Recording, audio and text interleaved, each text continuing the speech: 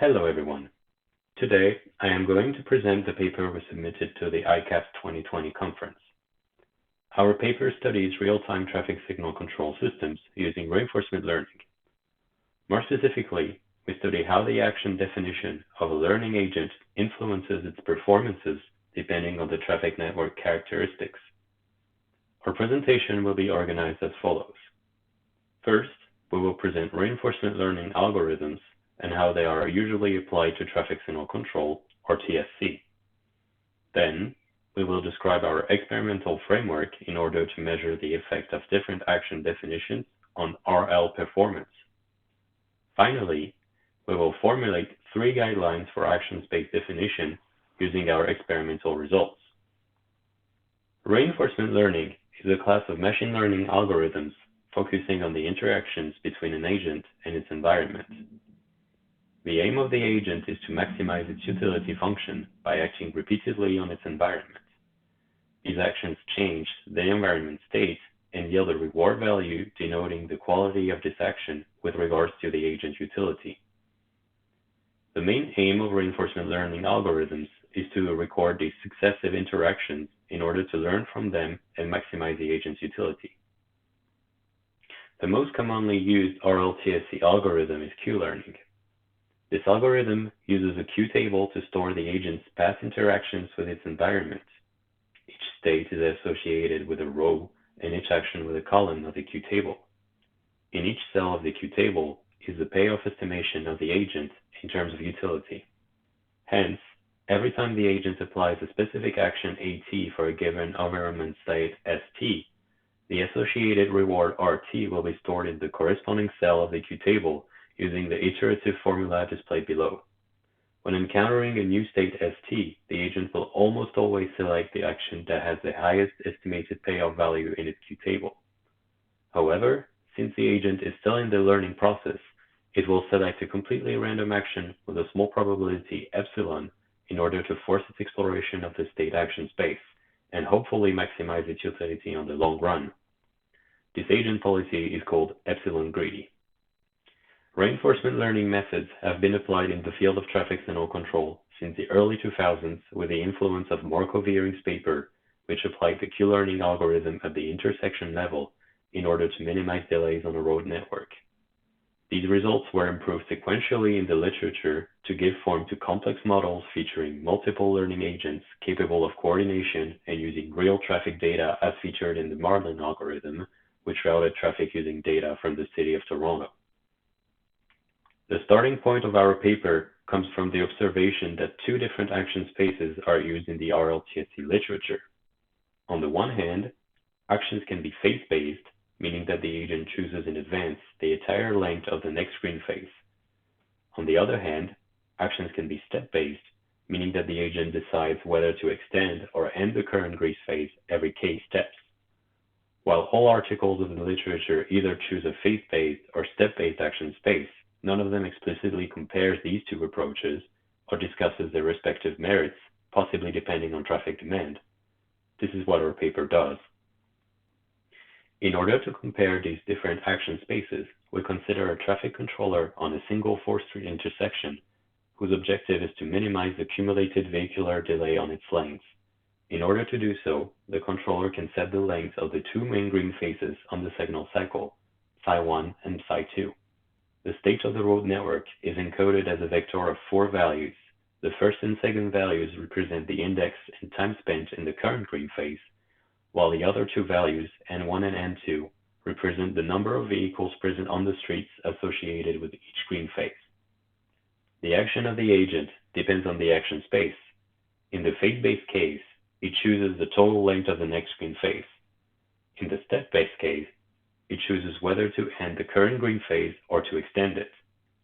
Finally, the reward of the agent is computed from the waiting time of all vehicles around the intersection before and after the action was applied to the network.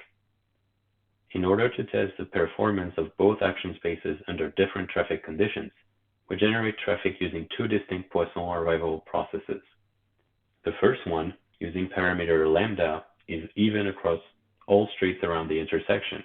The second one, using parameter tau, is only applied to the north-south streets of the intersection. We also add the constraint that the sum of parameters lambda and tau is constant, meaning that increasing parameter tau increases the unevenness of traffic flows on the intersection. In order to compare different action space definitions, we run a series of 100 consecutive simulations on the Sumo traffic simulator. Each iteration is 10,000 steps long, which is equivalent to an entire day of real-world traffic. The performance metric of RLTSC methods is the accumulated waiting time of vehicles over an entire interaction. As agents learn more and more about the environment, this value is expected to decrease. For comparison purposes, we also simulate a fixed traffic controller that always applies the same phase length regardless of traffic situation at hand. The following table lists the performances of different controllers depending on increasingly uneven traffic situations. We immediately notice that there is a strong performance hierarchy between TSC methods. Fixed controllers are always inferior to phase-based controllers, which are in turn always inferior to step-based methods, regardless of the step interval value k. Another interesting result is that step-based methods perform well in all types of traffic situations, while the fixed and phase-based methods' performances decrease when traffic becomes increasingly one-sided. These results can clearly be seen on the following graph, which displays these performances for a fixed value of tau equals to 0.1. Most notably, the comparative performance of methods does not change throughout the simulation. These results help us formulate our first guideline regarding action space definition. State-based controllers are always preferable to phase-based ones, regardless of the traffic situation at hand. This result is not especially surprising, considering that a state-based agent receives information about the state of the network much more frequently than its phase-based counterpart. Indeed, a state-based agent receives updated information about the network state every K simulation step and can influence the current green phase depending on the current traffic state. The phase-based controller, on the other hand, has to take a decision for the next phase at once without knowing how the traffic situation will evolve while this green phase is being applied. Since we established that step-based controllers are superior to phase-based ones, we still have to study the effect of the action interval length parameter k, which is the frequency at which the agent is queried for its next action. The following table lists, for multiple traffic situations, the performance difference in percentage between the best and other values of step parameter k. While one might have expected that, since they provide the most frequent updates about the network state, methods using the shortest action interval would prove the most performant, we've observed that the statement is not true for traffic situations with highly uneven traffic.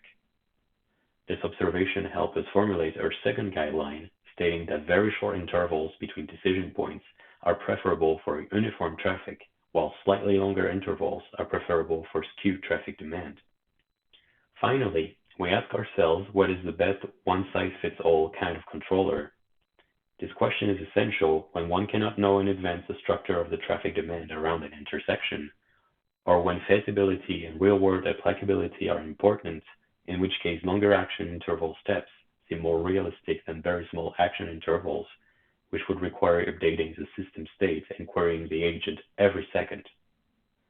Using our results, we observed that slightly longer action intervals, ranging from 5 to 10 seconds, yield satisfactory to optimal results, while being better suited for using existing economically and technically competitive traffic sensing technologies.